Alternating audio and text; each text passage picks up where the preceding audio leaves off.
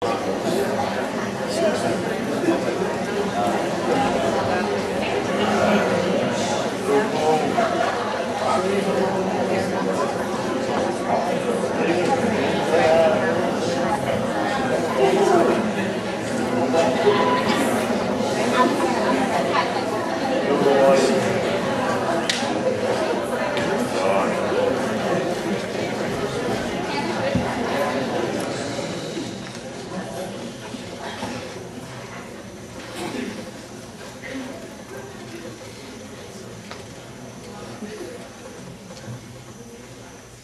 a moment to think of your grandparents.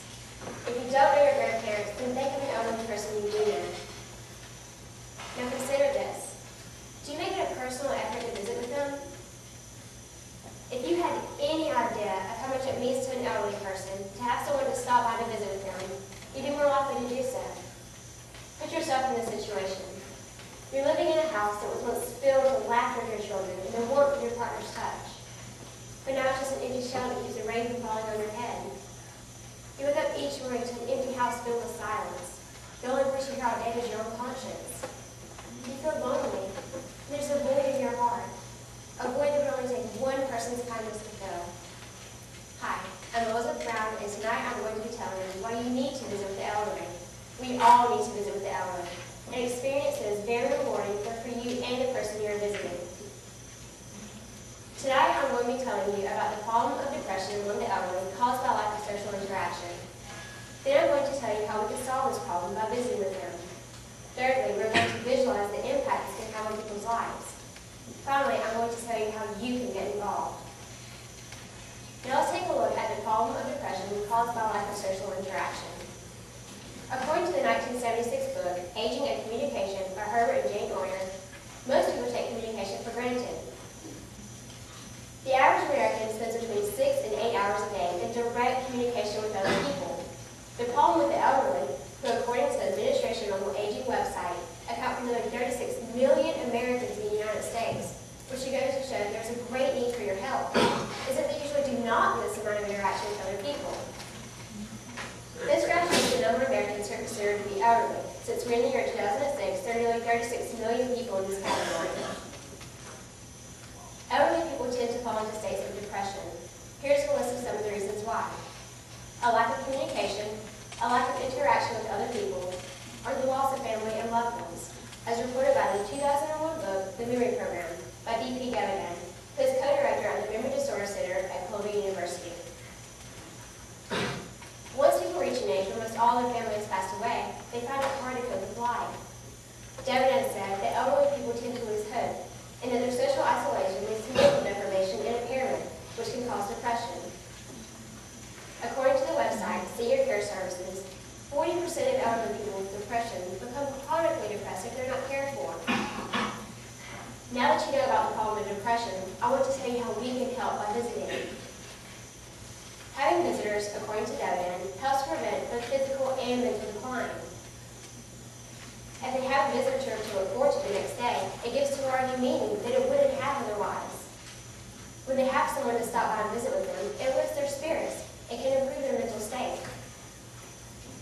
Aging and Communication tells us that communication behaviors are required in order for humans to maintain personal stability. Mankind uses communication as the primary process for maintaining stability. The 1981 book, Aging, Social Change, by James March, a graduate from Stanford University, says that by listening, we can enable the elderly to see their lives as more significant. On that note, it puzzles me and it saddens me that so many of the younger generation, so many of you in this very room, take no initiative to care for or to see about the elderly people who are all around us. Each one of us needs to be that person who gives tomorrow a new meaning. We need to be the person who fills that void that I spoke of earlier. Now let's take a moment to visualize the impact this can have on people's lives. Imagine yourself as an elderly person, at an age when most all of your family has passed away, and you're living on your own. Now imagine that you haven't had any guests or spoken to a person in weeks.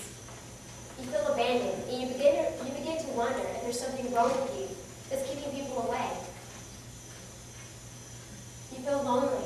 All you want is someone you can talk to, someone to take away the loneliness that you have inside.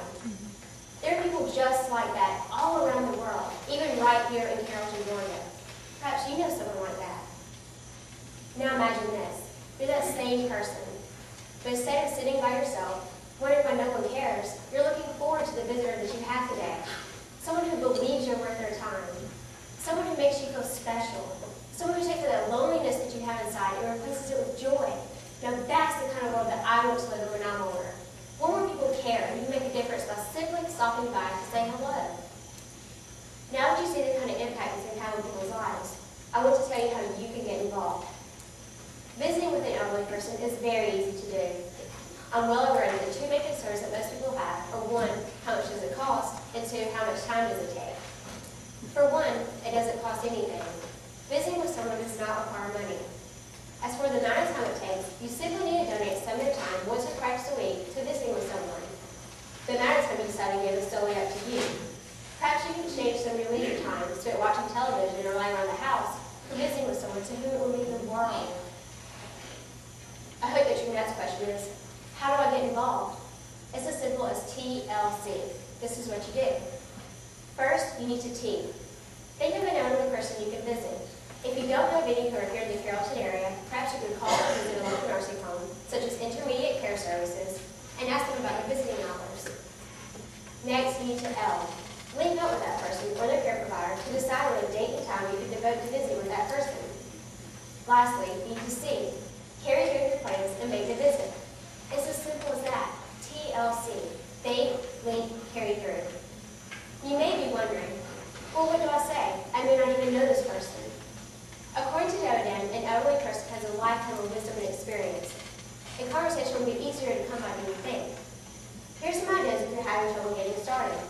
You can ask them about their children or their grandchildren. Ask them how they've been feeling lately. Give them some positive reinforcement to lift their spirits. Or tell them about your day, your life, and your goals.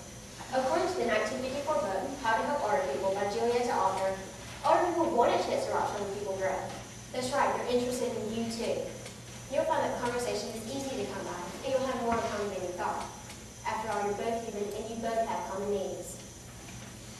Finally, you may want to know how this benefits you. There are several ways that you benefit from visiting with an elderly person. One way is that you gain a valuable relationship with someone who commits to you with their wisdom and who takes pride in you when you accomplish your goals. Another way is that you can learn vicariously through their experiences. A third way you benefit is that you have the opportunity to help another person. The opportunity they have taken brings great emotions and satisfaction. Now that you know how to go about visiting an elderly person and why you would want to do so, I reached the end of my discussion. Tonight, I told you about the problem of depression among the elderly caused by lack of social interaction. Then I told you how we could solve this problem by visiting with them. Thirdly, we visualized the impact this can have on people's lives. Finally, I told you how you can get involved. I now urge you to follow through the simple steps I gave you. It will make a tremendous difference in your life and in theirs. Remember, it's as simple as TLC. Think, link, carry through. All the world needs is a little tender loving care. Thank you.